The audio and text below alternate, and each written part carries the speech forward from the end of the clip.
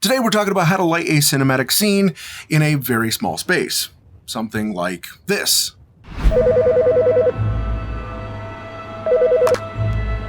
front of you is a dossier.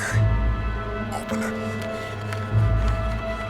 Your mission is to find Dmitry Petrov and detain him.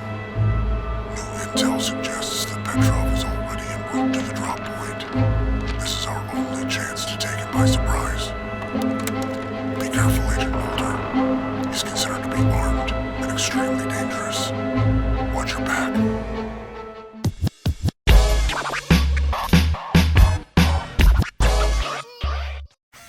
All right, people, let's get into it. This is another in our series on how to light, specifically how to light in small spaces.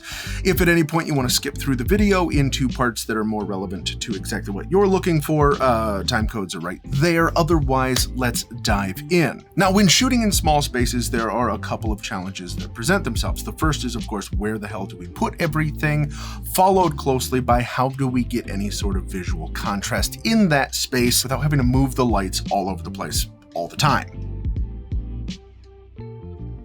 The first challenge, of course, when filming in a small space is where do you put stuff? And this is no different for us because we, of course, are filming this in a hotel room. This room was actually divided into two parts. One half was the bedroom with a double door dividing that between it and the main kind of living area where there was this desk and a couch and a love seat and a coffee table and a bunch of other furniture, which for a hotel room would be quite spacious, but for a filming area made this very tight, especially because we had to move all of the furniture, but we couldn't move it out of the room because we're in a hotel room.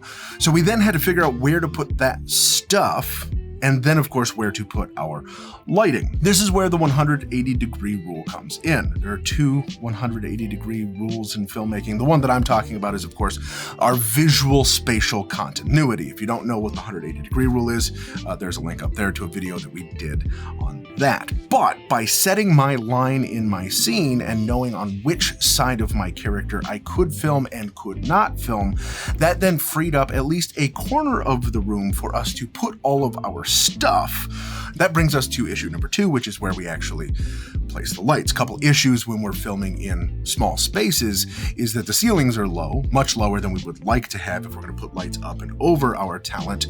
The walls are going to be incredibly close together, meaning that we're getting a lot of bounce in a lot of different directions from that light. So that's going to give us a lot of wash over everything. So we're not going to get a lot of tonal contrast, which is an issue. And then, of course, on top of that, actually giving ourselves enough room to work through the space while having a light set up the way that we would want. Something we talk about a lot is that we want to light spaces and not faces.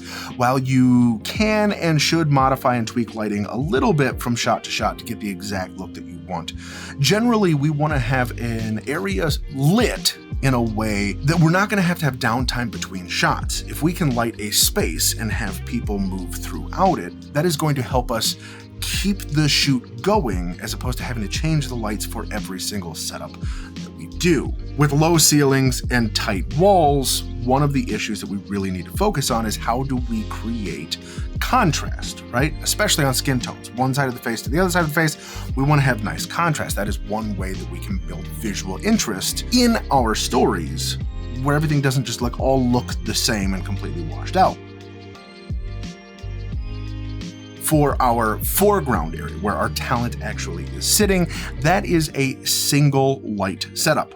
Not a single modifier, but a single light. So for this, we used a 1x1 Gemini Soft. It's a brilliant LED panel that is insanely bright. And on top of that, we put a 3-foot lantern. Now, a lantern is a globe where one half of it is full of diffusion and then the other half is black matte on the outside, and on the inside either has a white or silver reflective surface that kind of points that light into the diffused area. Diffused light looks a lot better on people than sharp, harsh, contrasty, direct light, unless there's a narrative reason for that. The reason we use the 3-foot lantern on this is the larger the surface area of a light source in comparison to the subject that you're filming, the softer that light will be. So I set the Gemini 1x1 with the lantern against the wall, as close to the wall on the far side as I could make it, again to get as much distance between that light and my subject as I could and still give the camera some room to move around. In the last episode, we touched a little bit on the use of negative fill.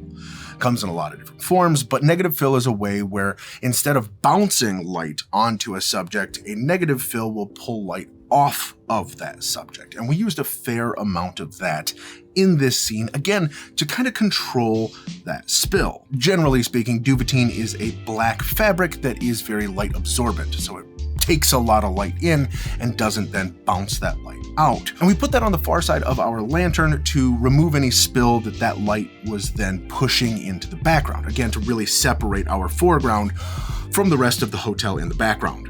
I now needed to bring that contrast into the face of my subject. Now, the talent here just happened to be sitting very closely against one wall. Working in a very tight space, we had to block and configure the room in a very, very narrow way. And because of that, we then put up a negative fill. In this case, we were using a 2x3 solid. Again, something we talked about last episode, but a 2x3 solid is a fantastic framed negative fill that you can mount on a C-stand or any sort of other stand. And we put that directly against the wall where we were getting that spill from, and just eliminated that spill entirely. So now instead of light being bounced onto her, it was pulled away from her. We then, of course, had to do the same thing with the ceiling because, again, white ceiling, low ceiling, it's close, it's acting as a bounce.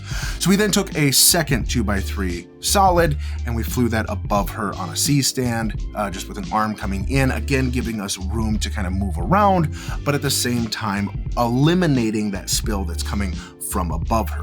But now we've made the background actually a little too dark because there's nothing really that we can see in the background. So what we did is we took a second 1x1 Gemini light and we put it into the bathroom. At the very end of the hallway, right by the door, there's this second door, which is the bathroom door.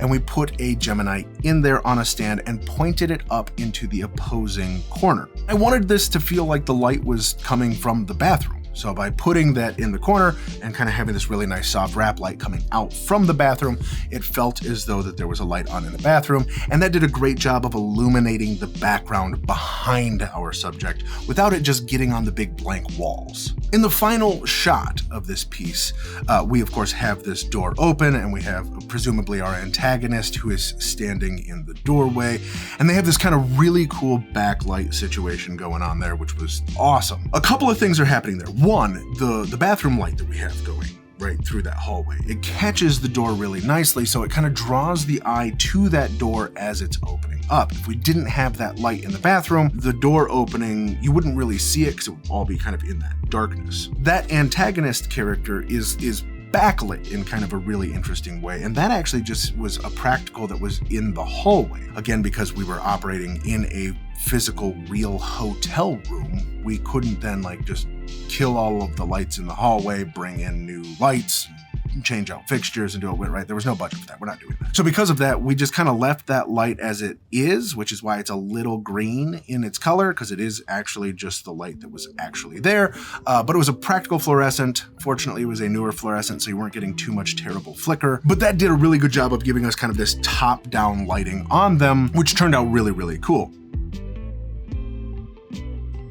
One thing I want to touch on real quick that doesn't just apply to small rooms, but really how we light in general, is that we don't light things dark. This, if you look at the ungraded footage, right, this is the raw, this is just a Rec 709, and then this is the actual final look. You can see that we actually filmed this in a very bright environment, and that's because bright lights interact with subjects differently than dim lights. Bright lights give you a lot better wrap, right? You can generally get a much, and by wrap, I mean like wrap across the face, right? You have more light to play with, therefore it moves across the face much more differently than a dim light would. In addition to that, of course, it then gives us a lot more latitude in how we use the camera. We don't have to open the camera all the way up in terms of aperture. We don't have to jack our ISO up. You really should be shooting at native ISO for as much as you possibly can, because it's going to give you the best look that camera can get, so on and so forth. But light bright, expose properly, and if you do those two things, you can grade however you want, right? Small spaces included, but really just in general. There's more of these coming. We got a whole bunch more of these coming. So if you want to see more stuff like this, do make sure that you push that subscribe button and that little notification bell so you know when the next ones of these come out. If you have suggestions of things that you would like to learn how to light, comment them down below. This series is just going to be ongoing. I'm going to keep filming stuff. We're going to keep lighting stuff. We're going to make that happen. And as always, like the video too. But as always, I will see you in the next episode. In front of you is a dossier. Open it.